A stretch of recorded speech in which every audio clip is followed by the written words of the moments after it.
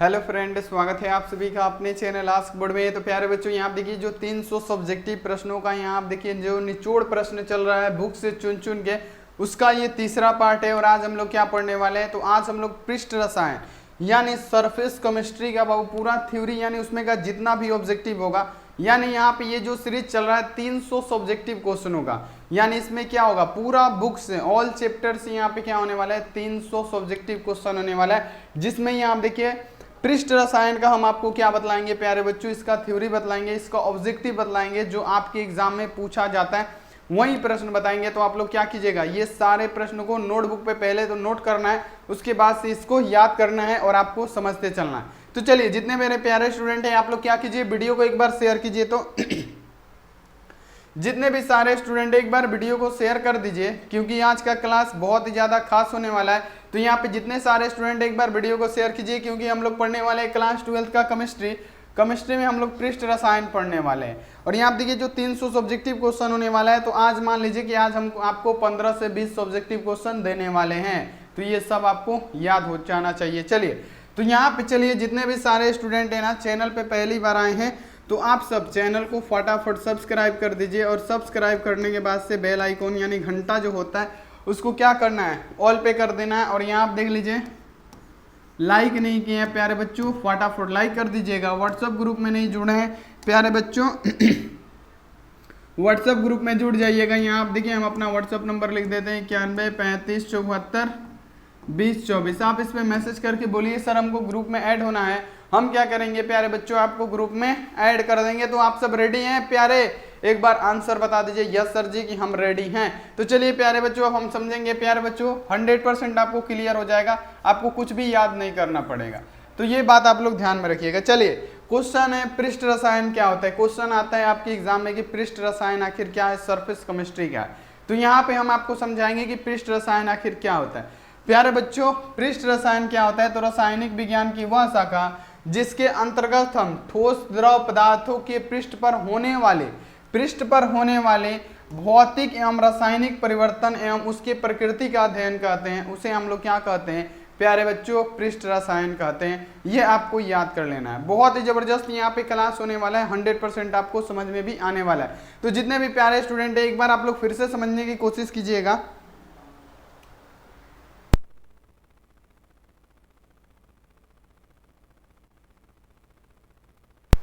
चलिए हम आपको समझाते हैं कि पृष्ठ रसायन आखिर होता क्या है। प्यारे बच्चों, पृष्ठ रसायन क्या होता है। पृष्ठ रसायन का मतलब होता है कि जितनी भी सतह से जुड़ी बातें होंगी उसका हम लोग अध्ययन करेंगे। तो यहाँ पे देखिए जैसे क्या है कि यहाँ देखिए रासायनिक विज्ञान की एक ऐसी शाखा है जिसके अंतर्गत हम ठोस द्रव पदार्थों के पृष्ठ पर होने वाले, यानी ये हमारा क्या है शर्ट है, शर्ट पे क्या है ये पृष्ठ है यानी सतह है, यानी ये सतह से जितनी भी जुड़ी होगी, ये क्या है ये बोर्ड है, इसके सतह से इसी पे जितना भी अभिक्रिया होगा, कुछ भी होगा, रासायनिक अभिक्रिया, भौतिक अधिशोषण होगा, मतलब भौतिक अभिक्रिया होगा, कुछ भी होगा, यानी पृष्ठ से जुड़ी हुई चीजों को ही हम लोग इसमें क्या करते हैं प्यारे बच्चों, आपको याद रखना है कि इसका यहाँ पे क्या करते हैं प्यारे बच्चों अध्ययन करते हैं, उसे ही हम लोग क्या कहते हैं पृष्ठ रसायन कहते हैं। ये आपको समझ में आ गया होगा। तो यहाँ पे अगर आपसे कभी भी एग्जाम में पूछेगा कि पृष्ठ रसायन किसे कहते हैं, तो रसायन विज्ञान की वह शाखा जिसमें हम ठोस और द्रव पदार्थ के पृष्ठ से जुड़ी हुई बाबू बातों का, चीजों का अध्ययन कहते हैं, उसे ही हम लोग क्या करते हैं पृष्ठ रसायन कहते हैं। चलिए, यहाँ तक आपको पूरा क्लियर हुआ। अब यहाँ आप देख लीजिए अगला यहाँ पे टॉपिक आता है कि अधिशोषण क्या होता है। प्यारे बच्चों, पूरा डीपली हम आपको पढ़ाने की कोशिश कर रहे हैं, क्योंकि यही सब क्वेश्चन क्या होते हैं आपके एग्जाम में पूछा जाता है। देखिए क्वेश्चन आपके सामने आ गया कि अधिशोषण आखिर क्या होता है। एडजॉर्प्शन, एडजॉर्प्शन मतलब क्या, ऐड होना किसी चीज पे। अधिशोषण प्यारे बच्चों यहाँ देखिए अधिशोषण होता है, एक अवशोषण होता है, एक शोषण होता है। तो यहाँ पे हम लोग पूरा डीपली पढ़ने वाले हैं कि यहाँ पे एक भी पॉइंट आपसे मिस ना हो और आपके एग्जाम में आए तो एक भी पॉइंट छूटे ना, ऐसे हमको पढ़ना है। तो प्यारे बच्चों यहाँ पे हमको पढ़ना है कि अधिशोषण क्या होता है। प्यारे बच्चों एडजॉर्प्शन, तो पहले एडजॉर्प्शन को पूरा खत्म कर दिया जाएगा, उसके बाद से एब्जॉर्प्शन पे आ जाएगा, अवशोषण पे आ जाएगा। तो पहले हम आप लोग को क्या बताएंगे, अधिशोषण पूरा यहाँ पे खत्म करेंगे। तो यहाँ पे क्लास में बने रहना है। देखिए यहाँ पे क्या होता है, अधिशोषण क्या होता है प्यारे बच्चों। अधिशोषण का मतलब होता है एडजॉर्प्शन। एड मतलब क्या, किसी भी पृष्ठ पे आके सतह से जुड़ी अगर किसी भी अध्ययन करेंगे उसे हम लोग क्या कहेंगे, तो एडजॉर्प्शन कहेंगे। देखिए अधिशोषण एक ऐसी प्रक्रिया है जिसमें यहाँ पे किसी द्रव के अणु ठोस पदार्थ की सतह पर क्या कहते हैं, चिपक जाते हैं, उसे हम लोग क्या कहते हैं, तो अधिशोषण कहते हैं। देखिए कितना प्यारा डिफिनेशन, एकदम बबुआ की तरह, छोटा बच्चा की तरह। यहाँ देखिए कि यहाँ पे आपसे पूछा गया कि अधिशोषण आखिर क्या होते हैं, आप क्या बताइएगा कि अधिशोषण वह प्रक्रिया है जिसमें किसी, देख लीजिए, द्रव के अणु या किसी गैस के अणु, यहाँ आप देख लीजिए, यहाँ पे आपको याद रखना कि अधिशोषण एक ऐसी प्रक्रिया में जिसमें किसी द्रव के अणु या यहाँ देखिए ठोस पदार्थ की सतह पे क्या होते हैं, चिपक जाते हैं, या किसी गैस के अणु क्या होंगे, ठोस पदार्थ की सतह पे चिपक जाएंगे। यानी द्रव के अणु, जैसे यहाँ पे ये बोर्ड है, ये बोर्ड पे क्या होगा, पानी की बूंदों का आ जाना, ये सब क्या होगा प्यारे बच्चों, ये होगा हमारा अधिशोषण का उदाहरण। तो यहाँ पे आपको याद कर लेना है कि अधिशोषण आखिर किसे कहते हैं। तो अधिशोषण एक ऐसी प्रक्रिया है जिसमें किसी द्रव के अणु या गैस के अणु यहाँ पे क्या होते हैं, ठोस पदार्थ की किसी भी सतह पे चिपक जाए और रासायनिक अभिक्रिया करने लगे, उसे हम लोग क्या कहेंगे, तो अधिशोषण कहेंगे। तो यहाँ पे आपको इतना समझ में आ गया कि अधिशोषण यानी किसी भी पृष्ठ पे क्या होगा, ऐड हो जाएगा, कुछ भी चीज जाके चिपक जाएगा, उसे हम लोग क्या कहेंगे, यानी ठोस पदार्थ पे किसी द्रव का चिपकना, किसका उदाहरण, ये आप लोग बताइएगा, अधिशोषण का उदाहरण। तो यहां तक आपको पूरा क्लियर हो गया होगा। चलिए बहुत बढ़िया मेरे प्यारे, अब देखिए अधिशोषण का उदाहरण क्या क्या होता है। ये बाबू क्वेश्चन आता है कि अधिशोषण क्या है, इसके उदाहरण लिखे। ये सब क्वेश्चन पूछा गया है, नहीं विश्वास है क्वेश्चन बैंक का पन्ना पलट के देखिए आप लोग। यहाँ पे आपसे क्या पूछा गया है, ध्यान रखिएगा कि अधिशोषण के उदाहरण। प्यारे बच्चों अधिशोषण के उदाहरण कौन कौन से हैं ये हम आपको समझाते हैं। देखिए NH3 का चारकोल द्वारा अधिशोषण, देखिए NH3 का चारकोल के द्वारा अधिशोषण, यहाँ पे आपको याद रखना है ये किसका होता है, एडजॉर्प्शन का उदाहरण है। चलिए अभ्रक धातु द्वारा नाइट्रोजन का अधिशोषण, अभ्रक धातु द्वारा नाइट्रोजन का क्या प्यारे बच्चों, अधिशोषण। दूसरा यहाँ देखिए चारकोल द्वारा ब्रोमीन का अधिशोषण। ये सब जितना भी उदाहरण है प्यारे बच्चों एडजॉर्प्शन का है, अधिशोषण का है। तो आप लोगों से विनती है कि ये सब याद कर लीजिएगा कि अधिशोषण आखिर क्या है, अधिशोषण क्या होता है। तो बाबू यहाँ देखिए किसी भी द्रव और गैस के कारण क्या हो, ठोस पदार्थ की सतह पे अगर चिपक जाए उसे हम लोग क्या कहेंगे, अधिशोषण कहेंगे। और अधिशोषण का उदाहरण यहाँ पे आपके सामने है कि NH3 का चारकोल के द्वारा अधिशोषण, अभ्रक धातु का नाइट्रोजन के द्वारा अधिशोषण, चारकोल का ब्रोमीन के द्वारा अधिशोषण। तो ये सब क्वेश्चन प्यारे बच्चों नोट करते चलिएगा, डीपली पढ़ लीजिएगा ना, चैप्टर वाइज आप लोग सब्जेक्टिव 300 सब्जेक्टिव चैप्टर वाइज। बाबू एक भी गारंटी नहीं है यहाँ पे कि ऐसा क्वेश्चन एक भी नहीं होगा जो यहाँ पे आपको ना आए और आप लोग ना बना पाए। 100% लड़ेगा, हम सीना ठोक के कहते हैं। तो एक एक क्वेश्चन आप लोग याद करते चलिए। अगला यहाँ पे आदि अधिशोषण के प्रकार कितने होते हैं। पहले हम लोग एडजॉर्प्शन को पूरा खत्म करेंगे डीपली, चाहे कहीं से भी खोद के क्वेश्चन पूछे आप लोग उसका आंसर बता दीजिएगा। तो देखिए यहाँ पे आता है कि अधिशोषण के प्रकार कितने होते हैं प्यारे लाल, अधिशोषण के कितने टाइप होते हैं। तो प्यारे बच्चों आप क्या बताइएगा, अधिशोषण के 2 प्रकार कौन कौन। तो प्यारे बच्चों एगो भौतिक अधिशोषण, एगो रासायनिक अधिशोषण। ये तो आप लोगों ने बहुत नाम सुना होगा, भौतिक अधिशोषण और रासायनिक अधिशोषण, लिए एग्जाम में पूछा भी जाता है। तो चलिए अब हम आपको पढ़ाएंगे कि भौतिक अधिशोषण आखिर क्या है और रासायनिक अधिशोषण क्या है। यानी यहाँ पे लिखा है कि अधिशोषण 2 प्रकार के होते हैं, यानी absorption are the 2 types of. यहाँ देखिए the type of absorption, there are 2 types of क्या है बाबू, एब्जॉर्प्शन। यानी अधिशोषण बारे बच्चों यहाँ पे क्या लिखा है कि 2 प्रकार का होता है। पहला होता है हमारा कौन सा, भौतिक अधिशोषण, दूसरा कौन, रासायनिक अधिशोषण। तो ये आपको याद कर लेना है कि भौतिक और रासायनिक अधिशोषण क्या है। तो अब हम समझेंगे कि भौतिक अधिशोषण आखिर क्या होता है और रासायनिक अधिशोषण क्या होता है। प्यारे बच्चों यहाँ से बहुत सारा क्वेश्चन पूछा जाता है, हद से ज्यादा। तो ये सब क्वेश्चन आपको याद होना ही चाहिए। देखिए भौतिक अधिशोषण क्या होते हैं प्यारे बच्चों, हम आपको समझाएंगे और आपको 100% समझ में भी आएगा।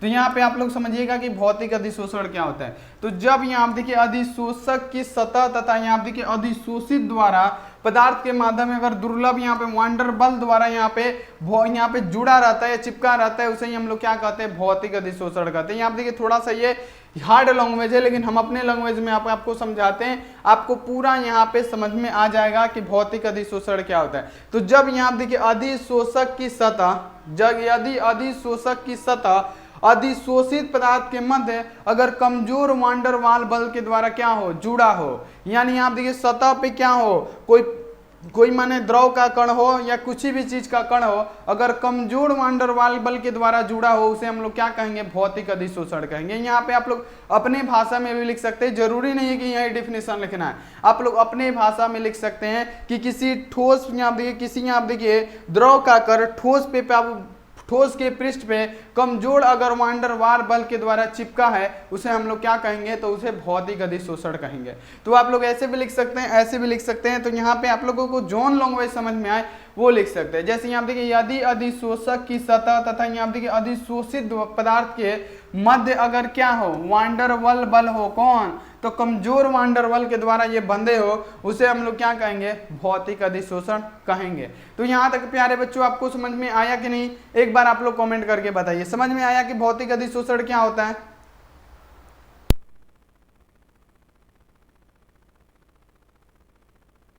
अब चलिए हम समझेंगे क्या प्यारे बच्चों, अब यहाँ पे हम समझने वाले हैं कि अधिशोषण, यहाँ पे भौतिक अधिशोषण के लक्षण कौन कौन से होते हैं। यानी यहाँ पे हम लोग समझने वाले हैं कि भौतिक अधिशोषण के प्रमुख लक्षण कौन कौन से होते हैं, कि भौतिक अधिशोषण पे ताप का क्या प्रभाव पड़ेगा, भौतिक अधिशोषण पे प्यारे बच्चों दाब का क्या प्रभाव पड़ेगा। ये भी हमारे एग्जाम में पूछा जाता है कि भौतिक अधिशोषण पे ताप का क्या प्रभाव पड़ता है, भौतिक अधिशोषण पे दाब का क्या प्रभाव पड़ता है। तो यहाँ पे ये क्वेश्चन हम लोग पढ़ने वाले हैं कि भौतिक अधिशोषण का प्रमुख लक्षण, यानी भौतिक अधिशोषण पे ताप का प्रभाव क्या पड़ेगा, यानी टेम्परेचर का इफेक्ट क्या होगा। तो देखिए ताप वृद्धि करने पर भौतिक अधिशोषण में कमी आ जाती है, क्योंकि ताप वृद्धि करने पर वान डेर वाल बल प्रबल होने लगता है। देखिए यहाँ पे ये आपको याद कर लेना है। देखिए बहुत ही बढ़िया क्वेश्चन है कि ताप वृद्धि करने पर भौतिक अधिशोषण में कमी आ जाती है। प्यारे बच्चों क्या होता है, यहाँ पे ध्यान रखिएगा कि अगर आप लोग टेम्परेचर बढ़ाएंगे तो भौतिक अधिशोषण में कमी होगी। कौन सी अधिशोषण, भौतिक अधिशोषण में कमी होगी, क्योंकि अगर टेम्परेचर आप लोग बढ़ाएंगे तो वान डेर वाल बल क्या होगा, मजबूत होगा। अगर टेम्परेचर बढ़ाएंगे तो वान डेर वाल बल क्या होगा, मजबूत होगा। इसलिए क्या होता है, भौतिक अधिशोषण में कमी आती है। क्यों कमी आती है, क्योंकि जो भौतिक अधिशोषण होता है वो कमजोर वान डेर वाल बल के द्वारा बंधा रहता है। तो अगर आप लोग इसमें टेम्परेचर देंगे, इसको हीट देंगे, तो वो क्या हो गया प्यारे बच्चों, वान डेर वाल बल जो होगा बाबू वो मजबूत हो जाएगा। तो इसी कारण ये क्या होगा, भौतिक अधिशोषण यहाँ पे प्रबल होने लगेगा। तो यहाँ पे आप लोग इसको याद कर लीजिएगा कि टेम्परेचर का इफेक्ट इस पे क्या होता है, ताप वृद्धि करने पर भौतिक अधिशोषण में कमी आ जाएगी। ताप बढ़ाएंगे भौतिक अधिशोषण में कमी आएगी, क्योंकि यहाँ पे क्या होता है, जो भौतिक अधिशोषण होता है ना वान डेर वाल बल के द्वारा बंधे होते हैं, अगर हीट देंगे तो क्या होगा, वो गर्म ही होगा बाबू, और गर्म होगा तो क्या होगा, वो प्रबल होने लगेगा। अगला यहाँ देखिए दूसरा है दाब का क्या प्रभाव पड़ता है भौतिक अधिशोषण पे। देखिए दाब वृद्धि करने से भौतिक अधिशोषण में भी वृद्धि होती है बाबू, दाब वृद्धि से भौतिक अधिशोषण में भी वृद्धि होती है। अगर दाब दीजिएगा, प्रेशर दीजिएगा तो क्या होगा, उसके भौतिक अधिशोषण में भी प्यारे प्यारे बच्चों क्या होगा, इंक्रीज होगा। अगर ताप दीजिएगा तो क्या होगा, भौतिक अधिशोषण में कमी होगा। तो यहाँ से ऑब्जेक्टिव भी बनता है, आप लोग इसको याद कर लीजिएगा। देखिए क्वेश्चन अब आता है कि रासायनिक अधिशोषण क्या है। प्यारे बच्चों बहुत बढ़िया क्वेश्चन है, और यहाँ पे ये क्वेश्चन भी आपको याद होना चाहिए, पूछा जाता है कि भौतिक अधिशोषण या रासायनिक अधिशोषण क्या है। तो यहाँ पे हम तो भौतिक अधिशोषण समझा दिए कि जिसमें क्या हो, ठोस के सतह पर कोई द्रव का कण क्या हो बाबू, तो वो कमजोर वान डेर वाल बल के द्वारा बंधा हो, उसे हम लोग क्या कहेंगे, भौतिक अधिशोषण कहेंगे। और उसमें हम आपको ये भी बताएं कि ताप का प्रभाव क्या पड़ेगा। अगर ताप बढ़ाइएगा तो भौतिक अधिशोषण में कमी आएगी, जबकि दाब बढ़ाइएगा तो क्या होगा बाबू, भौतिक अधिशोषण में वृद्धि होगी। तो इतना आपको याद हो गया। चलिए अगला यहाँ पे आ जाइए कि रासायनिक अधिशोषण क्या होता है, ये हम आपको समझाते हैं कि रासायनिक अधिशोषण आखिर क्या होता है। तो देखिए अधिशोषण की सतह पर अधिशोषित पदार्थ रासायनिक बंधन द्वारा अगर बंधे रहेंगे, केमिकल रिएक्शन द्वारा बंधे होंगे, उसे हम लोग क्या कहेंगे, उसे कहेंगे रासायनिक अधिशोषण। समझिए यहाँ पे अधिशोषण की सतह पर अधिशोषित पदार्थ रासायनिक बंधनों के द्वारा बंधे रहते हैं, तो यह रासायनिक अधिशोषण कहा जाता है उन्हें ही। यानी यहाँ पे कहने का मतलब क्या, कमजोर वान डेर वाल बल से नहीं बाबू, किसी यहाँ आप देखिए पृष्ठ पे कोई द्रव का कण अगर रासायनिक बंधन के द्वारा बंधा हो, यानी रासायनिक बंधन के द्वारा वो बंधा हो, उसे हम लोग क्या कहेंगे प्यारे बच्चों, तो रासायनिक अधिशोषण कहेंगे। तो आपको याद कर लेना है कि भौतिक अधिशोषण में कौन सा बंधन, तो भौतिक अधिशोषण में कमजोर वान डेर वाल बल के द्वारा बंधे होते हैं, लेकिन रासायनिक अधिशोषण में क्या होता है प्यारे बच्चों, कि वो रासायनिक बंधन द्वारा बंधे होते हैं, उसे हम लोग क्या कहते हैं, तो रासायनिक अधिशोषण कहते हैं। चलिए यहाँ तक आपको समझ में आ गया। अब यहाँ देखिए क्वेश्चन आता है कि रासायनिक अधिशोषण के लक्षण लिखे। प्यारे बच्चों रासायनिक अधिशोषण के लक्षण लिखे। प्यारे ये क्वेश्चन आता है कि रासायनिक अधिशोषण के लक्षण में प्यारे बच्चों इस पे ताप का क्या प्रभाव पड़ेगा, इस पे दाब का क्या प्रभाव पड़ेगा। देखिए इस पे जो ताप का काम होगा, ताप वृद्धि करने पे रासायनिक अधिशोषण में पहले वृद्धि होती है परंतु बाद में कमी होने लगती है। तो ये आपको लिखना है कि अगर टेम्परेचर बढ़ाएंगे प्यारे बच्चों, अगर यहाँ देखिए ताप बढ़ाएंगे तो रासायनिक अधिशोषण में पहले वृद्धि होगा परंतु बाद में क्या होगा, कमी होने लगेगा। ये आपको याद कर लेना है। देखिए यहाँ पे अगला दूसरा आता है कि अनुत्क्रमणीय प्रकृति। बाबू यहाँ पे आपको पूछा जाएगा कि यहाँ देखिए रासायनिक अधिशोषण क्या होती है, तो अनुत्क्रमणीय होती है। चलिए अगला यहाँ देखिए अनुत्क्रमणीय प्रकृति क्या होती है, तो रासायनिक अधिशोषण एक अनुत्क्रमणीय प्रकृति यानी क्रम का होता है। ऑब्जेक्टिव आपसे पूछा जाता है कि रासायनिक यहाँ देखिए अधिशोषण क्या होता है, तो आप क्या जवाब दीजिएगा, जल्दी से जल्दी आंसर दीजिए।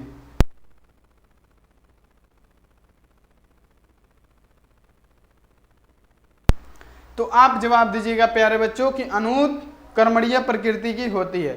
यही रासायनिक अधिशोषण में यौगिक बनाता है। और यहाँ आप देखिए क्योंकि यहाँ देखिए सरशोषण का एक सुषमासुपी क्रम होता है, यानी आप देखिए ये तो छोड़ दीजिए कि ये सरशोषण ये क्या होता है, ये बहुत ही कम पूछा जाता है। सरशोषण यहाँ आप देखिए ये बहुत ही कम पूछा जाता है। यहाँ पे आपको इतना ध्यान रखना है कि रासायनिक अधिशोषण एक अनुत्क्रमणीय प्रक्रम होता है। यही रासायनिक अधिशोषण में क्या होता है, यौगिक बनाता है। बस यहाँ पे आपको इतना याद कर लेना है। चलिए अगला यहाँ पे आ जाइए। ये क्वेश्चन बहुत बार आता है एग्जाम में, हद से ज्यादा बार। आप लोग देखिएगा तो पता ना कितना बार ये क्वेश्चन आपके एग्जाम में पूछा गया है, पता ना कितना बार ये आपके एग्जाम में पूछा गया है, बहुत ज्यादा बार। तो ये क्वेश्चन प्यारे बच्चों आपको याद होना चाहिए। चलिए क्वेश्चन आता है आपके सामने, ध्यान रखिएगा कि यहाँ देखिए भौतिक अधिशोषण और रासायनिक अधिशोषण में अंतर लिखे। बहुत ज्यादा बार ये क्वेश्चन आपके एग्जाम में पूछा जाता है। बहु भौतिक अधिशोषण क्या होता है, रासायनिक अधिशोषण क्या होता है, हम आपको बताते हैं। प्यारे बच्चों सबसे पहले आपने क्या पढ़ा, आप बताइए कि सबसे पहले आपने क्या पढ़ा। प्यारे बच्चों आपने पढ़ा कि भौतिक अधिशोषण में क्या होता है, कमजोर वान डेर वाल द्वारा ये बंधे होते हैं। भौतिक अधिशोषण क्या होते हैं, कमजोर वान डेर वाल बलों के द्वारा ये क्या होते हैं, बंधे होते हैं। जबकि रासायनिक यहाँ आप देखिए अधिशोषण में क्या होता है, ये रासायनिक बंधों के द्वारा बंधे होते हैं। ये हम आपको बताए। तो पहला डिफरेंस तो ये आप लोग ये लिख सकते हैं कि यहाँ पे भौतिक अधिशोषण में क्या होता है, तो भौतिक अधिशोषण में जो यहाँ पे होता है वान डेर वाल्स के द्वारा यहाँ पे क्या होता है, ये उत्पन्न होता है। और यहाँ पे ये किसके कारण से होता है, तो रासायनिक बंधनों के द्वारा होता है। तो यहाँ पे आप लोग ये लिख सकते हैं, यह पृष्ठीय क्षेत्रफल बढ़ाने पर बढ़ता है। अब यहाँ देखिए अगर आप लोग भौतिक यहाँ देखिए अधिशोषण का पृष्ठीय क्षेत्रफल अगर बढ़ाएंगे तो प्यारे बच्चों ये क्या होगा, बढ़ेगा। लेकिन यहाँ देखिए यहाँ भी पृष्ठीय क्षेत्रफल बढ़ाने से क्या होगा, ये भी बढ़ेगा। यहाँ पे ये भी आपको याद कर लेना है। बहुत बढ़िया क्वेश्चन है, ये सब क्वेश्चन आपको याद होना चाहिए। कि आप देख लीजिए कि यह पृष्ठीय क्षेत्रफल बढ़ाने पे बढ़ता है, लेकिन रासायनिक अभिक्रिया में क्या होता है प्यारे बच्चों, रासायनिक अधिशोषण में क्या होता है, ये भी अगर यहाँ पे आप लोग यहाँ पे देखिए इसका पृष्ठीय क्षेत्रफल बढ़ाएंगे तो यहाँ भी इसका क्षेत्रफल बढ़ेगा। अब यहाँ देखिए ताप में वृद्धि करने पे भौतिक अधिशोषण में कमी आती है। अभी बताएं कि ताप वृद्धि से भौतिक अधिशोषण में कमी, लेकिन यहाँ आप देख लीजिए ताप वृद्धि करने पे इसमें वृद्धि होती है परंतु बाद में क्या होता है, कमी होने लगता है। ये सब अभी आपको बताएं। यहाँ आप देख लीजिए क्वेश्चन है कि इसकी सक्रियण ऊर्जा कम नहीं होती है, अर्थात यहाँ देखिए सक्रियण ऊर्जा शून्य होती है। देखिए यहाँ पे क्वेश्चन है कि इसकी सक्रियण ऊर्जा नहीं होती है, यानी कहने का मतलब क्या, इसका जो एक्टिवेशन एनर्जी होगा प्यारे बच्चों वो क्या होगा, नहीं होगा। अर्थात सक्रियण ऊर्जा क्या होती है प्यारे बच्चों, अगर नहीं होगा तो ये क्या होगा, शून्य होगा। अगला यहाँ पे देख लीजिए इसकी सक्रियण ऊर्जा बहुत ज्यादा अधिक होती है। क्वेश्चन आएगा कि रासायनिक अधिशोषण की सक्रियण ऊर्जा क्या होती है, आप बताइएगा कि रासायनिक अधिशोषण की जो सक्रियण ऊर्जा होगी ना वो बहुत ज्यादा अधिक होगी। तो आप लोग ये सब लिख सकते हैं, बहुत इंपॉर्टेंट है ये क्वेश्चन। ये क्वेश्चन आप लोग कॉपी पे जरूर नोट कीजिएगा।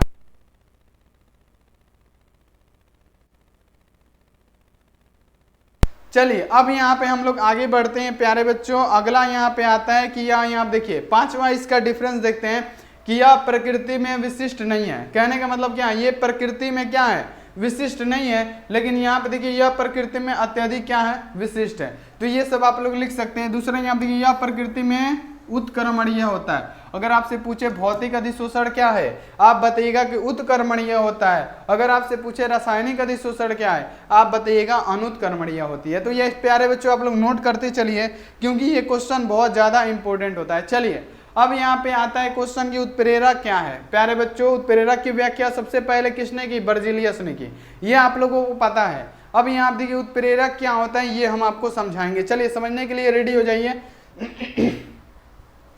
देखिए उत्प्रेरक क्या होता है, यहाँ पे आप लोग समझिएगा कि उत्प्रेरक क्या होता है। प्यारे बच्चों बहुत ध्यान से समझिएगा कि वह पदार्थ जो किसी रासायनिक अभिक्रिया को परिवर्तित कर देता है, परंतु स्वयं गुण तथा भार की दृष्टि से अभिक्रिया में रासायनिक रूप से क्या होता है, अपरिवर्तित रहता है, उसे हम लोग उत्प्रेरक कहते हैं। यहाँ देखिए और उत्प्रेरक की व्याख्या सबसे पहले किसने की, तो प्यारे बच्चों बर्जीलियस ने की। तो यहाँ पे आप लोग समझ लीजिए कि उत्प्रेरक क्या है। तो यहाँ आप देख लीजिए वह पदार्थ जो किसी रासायनिक अभिक्रिया को परिवर्तित कर दे, किसी भी रासायनिक अभिक्रिया को क्या कर दे, बदल दे, किसी में परिवर्तित कर दे। अब यहाँ दे दें परंतु स्वयं गुण तथा भार की दृष्टि से अभिक्रिया में रासायनिक रूप से क्या रहे, अपरिवर्तित रहे, यानी उसे ही हम लोग क्या कहेंगे बाबू, उत्प्रेरक कहेंगे। ये आपको याद कर लीजिएगा। एवं इसी परिघटना को हम लोग क्या कहते हैं, तो उत्प्रेरक की परिघटना भी कहते हैं। तो साथ में आपको ये भी याद रख लेना है, जल्दी जल्दी आप लोग नोट करते चलिए। अब यहाँ देखिए उत्प्रेरक का वर्गीकरण। प्यारे बच्चों उत्प्रेरक का वर्गीकरण यहाँ पे आपको याद करना है कि उत्प्रेरक को दो भागों में बांटा गया है। पहला है समांगी उत्प्रेरक, दूसरा है विषमांगी उत्प्रेरक। प्यारे बच्चों यहाँ पे डीपली आपको पढ़ाया जा रहा है, थोड़ा सा गला में खिचखिच है इसीलिए थोड़ा हम सही से नहीं समझा पा रहे, लेकिन अगला जो वीडियो आएगा उसमें पूरा आपको 100% समझाएंगे। देखिए क्वेश्चन है कि उत्प्रेरक का वर्गीकरण क्या है, तो भौतिक अवस्था के आधार पर उत्प्रेरक को दो भागों में बांटा गया है, वर्गीकृत किया गया है। पहला होगा समांगी, दूसरा क्या हो गया प्यारे बच्चों, विषमांगी हो जाएगा। बाबू आप लोग नोट करते जाइएगा, ऐसा डिफिनेशन आपको नहीं मिलेगा, नोट करते जाइए। चलिए समांगी उत्प्रेरक क्या होता है अब यहाँ पे हम लोग समझते हैं, और विषमांगी क्या होता है ये समझते हैं। समांगी उत्प्रेरक क्या है, तो जब उत्प्रेरक तथा अभिकारक एक ही अवस्था में स्थित हो, समझिएगा ऐसा डिफिनेशन बाबू आपको कहीं नहीं मिलेगा। देखिए क्वेश्चन है कि जब उत्प्रेरक तथा अभिकारक एक ही अवस्था में स्थित हो, यहाँ पे समझिएगा कि जब उत्प्रेरक तथा अभिकारक एक ही अवस्था में स्थिर हो तो इस प्रकार के उत्प्रेरक को हम लोग क्या कहेंगे, समांगी उत्प्रेरक कहेंगे। याद रखिएगा समांगी उत्प्रेरक में क्या हो, उत्प्रेरक तथा अभिकारक एक ही अवस्था में होता है। क्या होता है, उत्प्रेरक तथा अभिकारक एक ही अवस्था में हो, उसे हम लोग क्या कहेंगे, समांगी उत्प्रेरक कहेंगे। और ये आप लोग ये याद कर लीजिएगा। अगला यहाँ पे आ जाइए विषमांगी उत्प्रेरक आखिर क्या होता है, इसको हम लोग समझने की कोशिश करेंगे। चलिए विषमांगी उत्प्रेरक क्या है, तो जब उत्प्रेरक तथा अभिकारक भिन्न भिन्न अवस्थाओं में भिन्न हो। समांगी में बाबू क्या रहता था, सेम रहता था, उसे समांगी उत्प्रेरक। और यहाँ देखिए विषमांगी में क्या होगा, तो उत्प्रेरक और अभिकारक क्या होगा, भिन्न भिन्न, उसे विषमांगी। उत्प्रेरक अगर अभिकारक समान तो उसे समांगी उत्प्रेरक। देखिए कितना बढ़िया डिफिनेशन बताए हैं। यहाँ पे आपको याद रखना है समांगी उत्प्रेरक क्या होता है, तो उत्प्रेरक तथा अभिकारक अगर समान हो उसे क्या कहेंगे, समांगी उत्प्रेरक। अगर यहाँ देखिए उत्प्रेरक और अभिकारक क्या हो, भिन्न भिन्न हो, उसे हम लोग क्या कहेंगे प्यारे बच्चों, उसे कहेंगे विषमांगी उत्प्रेरक। तो ये आपको याद रखना है। हम इस घटना को हम लोग क्या कहते हैं, विषमांगी उत्प्रेरक कहते हैं। 100% आपको याद कर लेना है, ये क्वेश्चन सब आता है आपके एग्जाम में। अब यहाँ देखिए वास्तविक विलयन क्या है, प्यारे बच्चों वास्तविक विलयन क्या है, ये क्वेश्चन आता है एग्जाम में कि वास्तविक विलयन आखिर क्या होता है। वास्तविक विलयन प्यारे बच्चों, चलिए वास्तविक विलयन क्या होता है हम समझाते हैं कि ऐसा विलयन जिनमें विलय के कणों का आकार 1 nm यानी 10 एंगस्ट्रम से छोटा होता है, तो इस प्रकार के विलयनों को हम लोग वास्तविक विलयन कहते हैं। समझिए देखिए कितना बढ़िया से डिफिनेशन है। थोड़ा सा खिचखिच गला में बाबू, हम पूरा नहीं समझा पा रहे, हमको पता है, लेकिन आप लोग मैनेज कर लीजिएगा, इसको लिख लीजिएगा, एक नजर में आपसे याद हो जाएगा। वास्तविक विलयन क्या होता है प्यारे बच्चों,